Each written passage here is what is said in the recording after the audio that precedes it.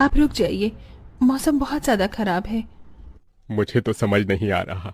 ये दिन पर दिन मौसम खराब होता जा रहा है। अगर ऐसे ही चलता रहा तो मजदूरी नहीं कर पाऊंगा और घर में खाने को एक दाना तक नहीं आ पाएगा।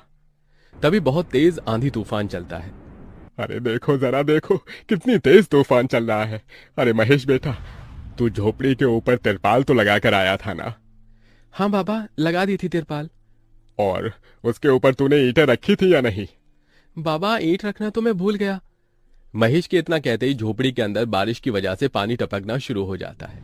हे भगवान महेश, तूने ये क्या किया? तुझे मैंने कहा था बारिश और तूफान तेज है, तुझे ईंटें रख देनी चाहिए थी। मुझे लग रहा है कि तिरपाल उड़ गई। चल चल मेरे साथ चल। अब तुझे मेरे साथ भीगते हुए मेहनत करनी होगी, नहीं तो पूरे घर में पानी ही पानी भर जाएगा। देवेश इतना बोल ही रहा था कि घर के अंदर वाकई छत से पानी टपकने लगा।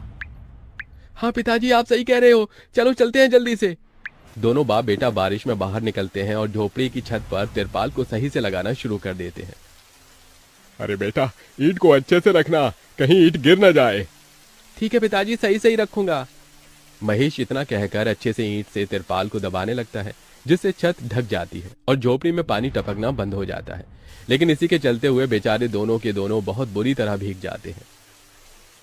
अरे चलो बेटा, बहुत ठंड हो रही है, बाहर घर में चलते हैं।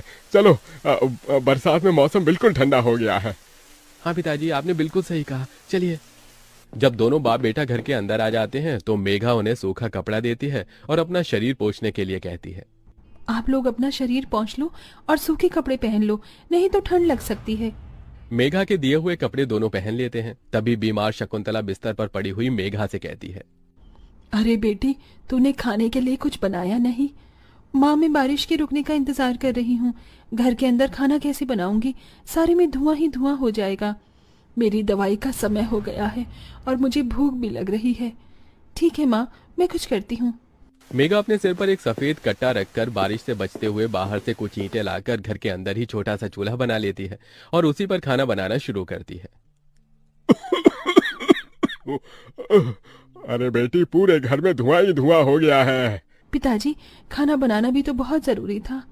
मेघा जैसे तैसे करके जल्दी जल्दी खाना बना लेती है। वो खाने में नमक मिर्च वाले चावल ही बना पाती है। माँ, माँ उठो, ये लोग खाना खा लो। शकुंतला मेघा के हाथों से खाना खाती है। शकुंतला के पूरे शरीर को पैरालाइज हुआ था, जिसके कारण ना तो वो हिल सकती थी और ना ही वो उठ सकती थी। मेरी प्यारी बेटी, इतनी कम उम्र में तेरे ऊपर कितनी जिम्मेदारी आ गई। हम गरीबों का कुछ नहीं हो सकता है। इस गरीब झोपड़ी के अंदर हम कैसे कैसे दिन देखते हैं। कोई बात नहीं माँ, बच्चे समय के अनुसार बड़े होते हैं, लेकिन मैं समय से पहले बड़ी हो गई हूँ।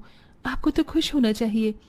मैं तो इस कदर लाचार हो गई हूँ कि तेरे सर पर हाथ रखकर तुझे आशीर्वाद भी नहीं दे सकती बेटा। शकुंतला की आंखों से आंसू निकल रहे थे। मेघा उसके आंसू पोंछकर अपनी मां को हौसला देती है, जिसके बाद वो अपने भाई और पिता के साथ बैठकर खाना खाती है। बारिश होती ही रहती है, लेकिन बारिश रुकने का नाम ही नहीं लेती। खाना खाकर वो सभी सो जाते हैं। आधी रात के समय जिस तरफ शकुंतला का बिस्तर होता है, वहां पर पानी टपकना शुरू हो जाता है। अरे ये क्या, पानी टपक रहा है। मेघा, मेघा, लगता है सो गई। अब मैं क्या करूं? ये पानी तो धीरे धीरे टपकता ही जा रहा है। शकुंतला रात भर अपने ऊपर टपकते हुए पानी को ऐसे ही झेलती रहती है, जिसकी वजह से सुबह तक उसके पूरे शरीर में बुखार फैल जाता है। अरे अरे, ये क्या माँ, आपको तो बहुत ही बुखार हो गया है। रात भर ये झोपड़ी की छत टपकती ही रही। मैंने तुम्हें उठाने की कोशिश की, लेकिन तुम्हारे तक आवाज नहीं गई। ये सुनकर मेघा को बहुत अफसोस होता है। वो सूखे कपड़ों पर अपनी मां को सहारा लगाकर लिटा देती है और उनके कपड़े भी बदल देती है। लेकिन तभी अचानक से गांव में बाढ़ आ जाती है।